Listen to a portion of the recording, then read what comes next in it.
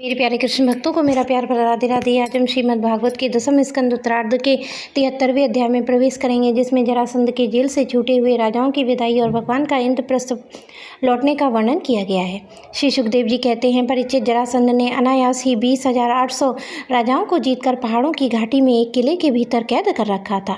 भगवान श्री कृष्ण के छोड़ देने पर जब वे वहाँ से बाहर निकले तो उनके शरीर और वस्त्र मैले हो रहे थे। वे भूख से दुर्बल हो रहे थे, उनका मुँह सूख गया था।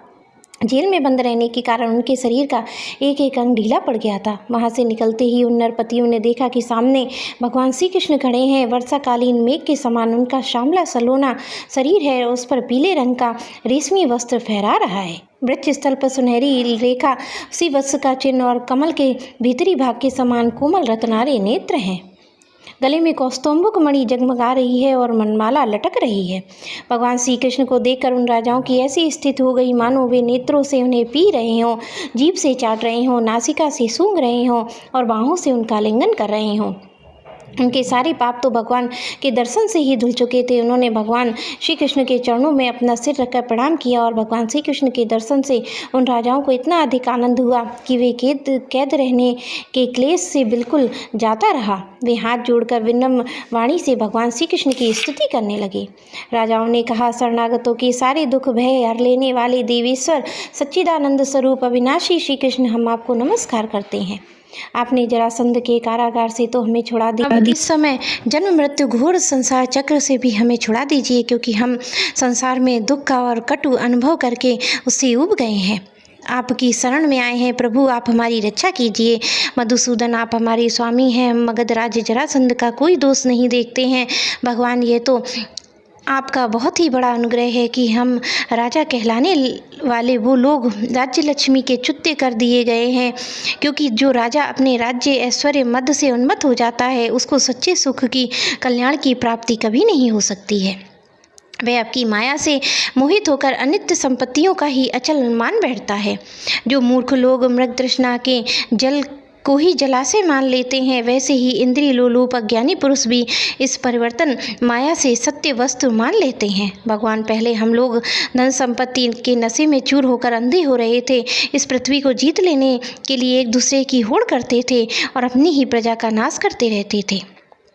सच्चिदानंद स्वरूप श्री कृष्ण, काल की गति बड़ी गहन है। वह इतना बलवान है कि किसी के टाले नहीं टलता है। क्यों ना हो, वह आपका शरीर ही तो है। अब उसने हम लोगों को श्रीहीन निर्धन कर दिया है। आपकी अहेतुक अनुकंपा से हमारा घमंड चूर चूर हो गया है। अब हम आपके चरण कमलों का स्मरण करते हैं।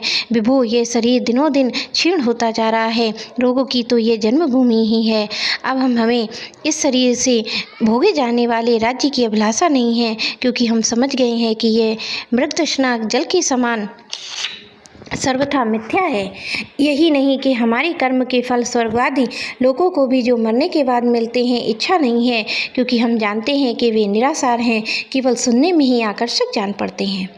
अब हमें कृपा करके आप ये उपाय बतलाइए जिससे आपके चरण कमलों की विस्मृति कभी ना हो, सर्वदा स्मृति बनी रहे, चाहे हम संसार की किसी भी योनि में जन्म क्यों ना लेना पड़े। प्रणाम करने वालों के क्लेश का नाश करने वाले श्री कृष्ण वासुदेव हरि परमात्मा एवं गोविंद के प्रति हमारा बार बार नमस्कार है।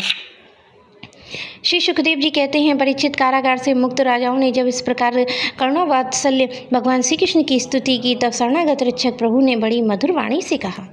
भगवान श्री कृष्ण ने कहा, नरपतियों, तुम लोगों ने जैसी इच्छा प्रकट की है उसी के अनुसार आज मुझे तुम लोगों की ये निश्चय सुदृढ़ भक्ति होगी। ये जान लो कि मैं सबका आत्मा और सबका स्वामी हूँ। नरपतियों, तुम लोगों ने जो निश्चय किया है वह सचमुच तुम्हारे लिए बड़ी सौभाग्य और आनंद की बात है। तुम लोगों ने मुझसे जो कुछ कहा है वह बिल्कुल ठीक है, क्योंकि मैं देखता हूँ धन संपत्ति और ऐश्वर्य के मद से चूर होकर बहुत से लोग उच्छृंखलन मतवाले हो जाते हैं।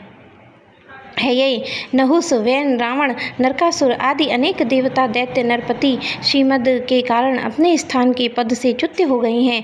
तुम लोग ये समझ लो कि यह शरीर इससे संबंधी पैदा होता है, इसलिए उसका नाश भी अवश्य होता है।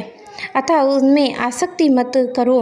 बड़ी सावधानी से मन इंद्रियों को वश में रखकर यज्ञों के द्वारा मेरा यजन करो। धर्मपूर्वक प्रजा की रक्षा करो।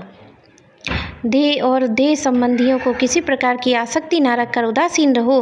अपने आप में ही, आत्मा में ही रमण करो। भजन आश्रम के योग व्रतों का पालन करते रहो। अपना मन भली भांति मुझ में लगाकर अंत में तुम लोग मुझ ब्रह्म स्वरूप को ही प्राप्त हो जाओगे। श्री सुखदेव जी कहते हैं, परीक्षित, भुवनेश्वर भगवान श्री कृष्ण ने राजाओं को ये आदेश देकर उन्हें स्नान आदि करने के लिए बहुत से स्त्री पुरुष नियुक्त कर दिए।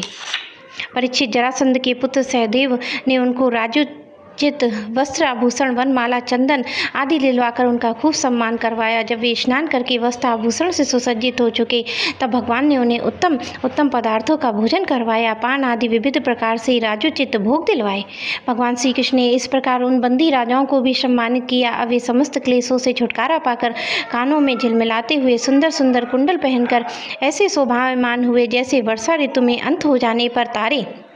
फिर भगवान श्री कृष्ण ने उन्हें सुवर्ण मणियों से भूषित श्रेष्ठ गुणों से युक्त रथों पर चढ़ाया, मधुर वाणी में तृप्त किया और उन्हें उनके देशों में भेज दिया। इस प्रकार उदार शिरोमणि भगवान श्री कृष्ण ने उन राजाओं को महान कष्टों से मुक्त किया। वे जगतपति भगवान श्री कृष्ण के रूप गुण लीलाओं का चिंतन करते हुए अपनी अपनी राजधानी चले गए।